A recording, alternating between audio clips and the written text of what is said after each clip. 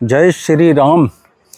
तो कल हमने यात्रा करी थी अपनी अयोध्या से स्टार्ट तो हमने आगरा से करी थी 16 तारीख को, लेकिन हमारी जो यात्रा चल रही है वो चल रही है अयोध्या से लंका और लंका से अयोध्या। तो इस तरीके से हमारी यात्रा का आज दूसरा दिन है और कल हमने अयोध्या में दर्शन करने के बाद यात्रा प्रारंभ कर दी थी और हम कल शाम को पहुँचे थे गौरा घाट, जहाँ पे भगवान राम ने पहली रात बिताई थी। उसके बाद हम रात को रुक गए सुल्तानपुर और सुल्तानपुर से निकले हैं और अब आ गए हैं हम यहाँ श्रृंगवेरपुर धाम में। श्रृंगवेरपुर धाम वो स्थान है जहाँ पे प्रभु राम ने गंगा नदी को पार किया था और निषाद राज ने अपनी नाव में बिठा के गंगा नदी को पार कराया था। यहाँ से गंगा नदी को पार करने के बाद वो पहुँच गए थे प्रयागराज, जहाँ भारद्वाज ऋषि के आश्रम में रुके थे।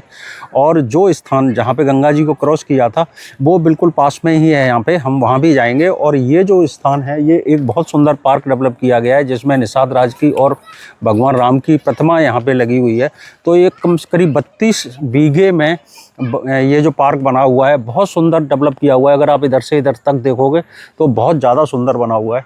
इसके बाद हम जाएंगे जहाँ श्रृंगवेरपुर में भगवान आए थे, तो यहाँ पे एक रात स्टे किया था और वो यहाँ पे है रामचौरा घाट, तो वहाँ भी हम जाएंगे। और उसके बाद फिर दूसरे दिन उन्होंने नदी को क्रॉस किया था। राजकुमार के भेष में यहाँ पे आए थे, तो यहीं पे उन्होंने अपना राजकुमार का भेष को त्यागा था और वनवासी का रूप धारण करके वनवास को गए थे। और उनको छोड़ने के लिए भी सुमंत आए थे, जो सुमंत उनके मंत्री थे वो रथ में लेके आए थे और यहाँ से सुमंत भी वापस चले गए थे। तो इसके बाद की जो यात्रा थी वो भगवान राम, लक्ष्मण और सीता जी ने ही शुरू की थी।